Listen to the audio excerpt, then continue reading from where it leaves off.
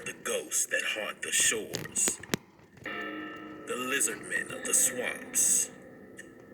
But one tale has yet to be let off its leash. Deep in the heart of the Sumter National Forest lies a myth for which locals may be familiar, but one that often goes untold. The ghost dog seems to be a legend within a legend. I've known about the legend at least since I was 6 or 7 years old. The original story took place along the highway that led from Charleston to the mountains of North Carolina, hence the Buncombe Road, because it led up to Buncombe County in North Carolina. Essentially, a peddler is coming through town. He has a big white dog with him. Some tales say he was like a Mastiff or Great Dane or something of that nature. There's a series of incidents, whether it's petty theft or just rumor mongering, and there's only one stranger in town, so he gets accused of the crime, and the hasty crowd hangs him from a nearby tree.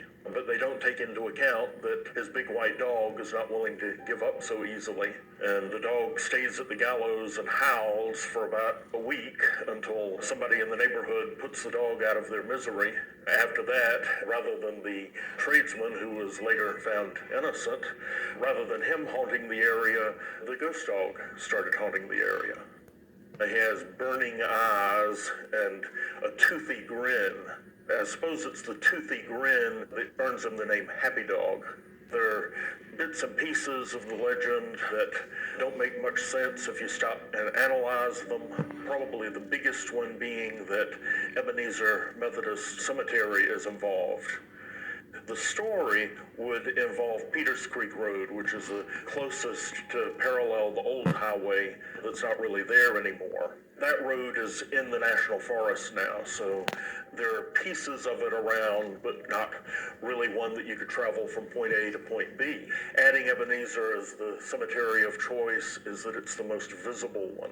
And it's certainly historic, and Dr. Douglas, who plays a part in one of the original tales, is actually buried there. The most recent sightings I've seen documented were in the early 70s, and there were several newspaper articles that fit along people seeing Happy Dog. After that, it seems that it didn't get newsworthy attention.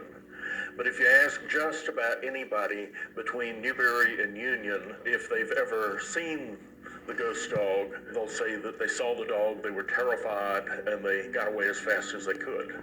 But other people see him along Mabington Road, even as far as Brazelman's Bridge Road, which probably is trying to tie the Ebenezer Cemetery into it. I don't consider that Happy Dog is particularly a nice spirit. I wouldn't go out looking for him. There's really no good reason to be driving along those roads in the middle of the night. Goshen and Mabington are two of the most isolated areas in South Carolina.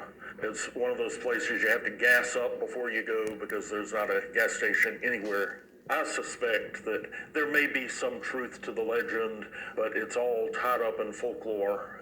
But I'm not going to say that the Hound of Goshen story is completely unique, but I think it's pretty unique to the upper part of South Carolina to have a localized ghost dog haunting a specific stretch of road. The story just doesn't seem to want to go away.